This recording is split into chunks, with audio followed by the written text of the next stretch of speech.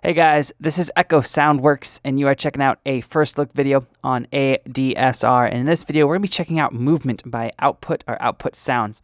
Now, if you are not familiar with Output, they've created some really interesting, some award-winning contact libraries like Pulse and Rev or Reverse. Everything's in reverse. And this is their first foray into a plugin. So this is not Contact. This is just an Audio Units VST plugin. I think there's even an AAX version as well. So it's literally just a standalone plugin that you can use in any DAW of your choice. I'm currently using Logic X. It looks a little bit weird because I have a theme or a skin. So to test this out in this video and to go over some of the features and what it's all about, and to demo movement, we're going to be using the piano that I've created. It's kind of like, it's sampled off of an upright grand.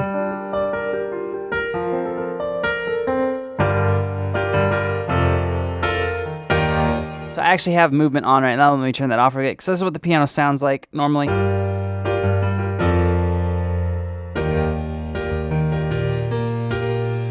All right, you get the idea. So what we're going to do here is we're going to go into movement and we're going to talk about this. So if you don't know what movement is, it's basically like the LFO tool and almost Effectrix kind of married, had a baby, and spit out movement. That's kind of the easiest way for me to describe it. You have things that introduce movement into your sounds, whether it's via an LFO, a sequence, sidechain input, or even effects, filtered effects like actual filters, reverb, that sort of stuff. So literally everything in here can be modulated to have movement. And when you load up some of the sounds, let's go to we'll go to the factory presets. Actually, let's see if we can. Let's do a knit here. Here's what we got for the initialized preset, and it's kind of an interesting interface. It's actually laid out really well once you get your head wrapped around it. So again, just to reiterate, this is for adding movement into sounds, whether it's taking some subtle effects and modulating it via an LFO or a rhythm, a step sequencer, to maybe like a pad or a piano or a guitar or a vocal, or to actually just doing crazy effects to breakdowns. You can put this on your whole track and use controls kind of like a DJ scratch pad almost, which is really interesting. So let's talk about the middle of the interface first. At the top, you have an input, and this has dry and wet. So if you want to use movement on a whole track or a breakdown, maybe your drum bus, your drum groove, this would be a great way to control that. You can modulate, you can use this and automate into it. Now down here you have an XY controller, which is kind of cool. So if let's load up a preset here. Right, so you can automate all this. Let's turn the dry wet down. So for instance, let's say I just wanted to have a more interesting piano.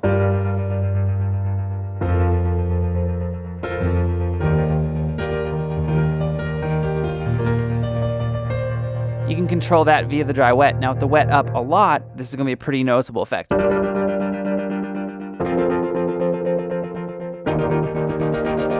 thing that I've really been loving using this on has been future bass things. It's amazing for future bass type synths. Now down here you have an output. So that's what's going on in the middle.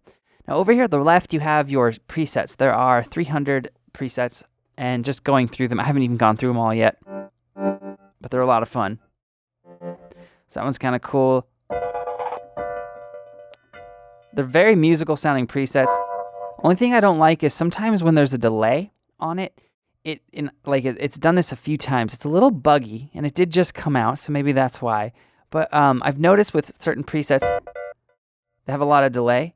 So let me play a little progression here.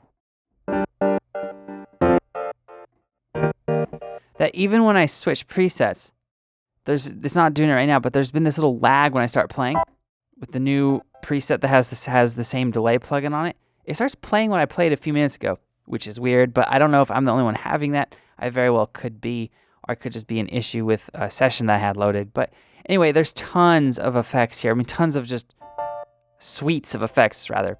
So this is the presets. You can do things, look for rhythmic, tonal, evolving, straight, complex, really anything you want, and it can filter out some of the different presets. Over here you have the left, or not necessarily the left and right channel, but it kind of looks like that. It's going into the dry and out to the wet.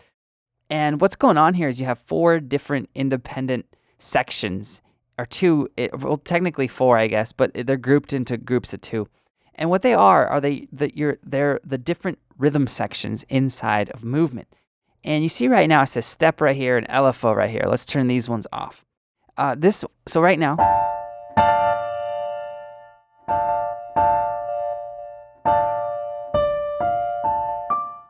right, you hear that movement. Okay, we can turn these off.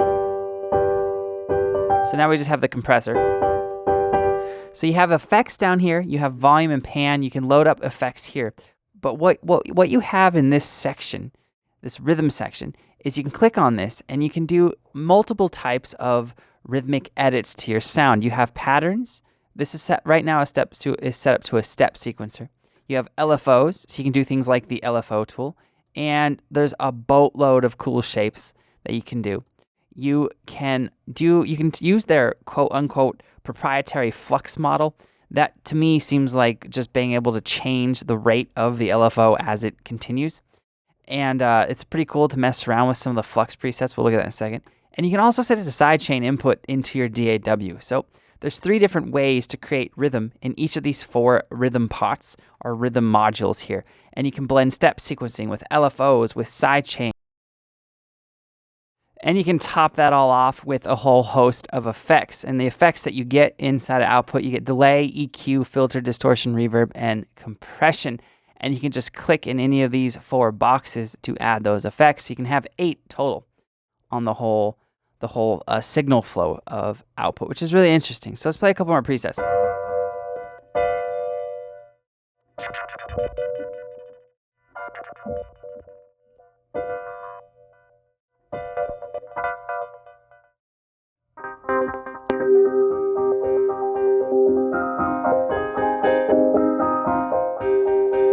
So a lot of these would be really cool on synth pads.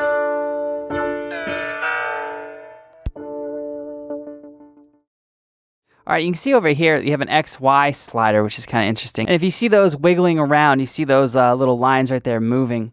If we click on this EQ here, you can see that you actually have some modulation occurring with it. And you can see that you actually have full control over this. So you might just think it's a simple EQ, but you actually have a lot of different options. You have shelving and parametric.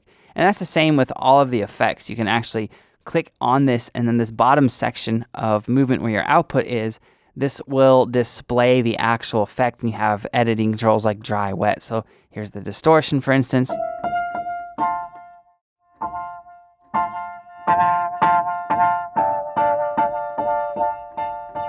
So yeah, overall, it's a really interesting plugin. I've liked using it thus far.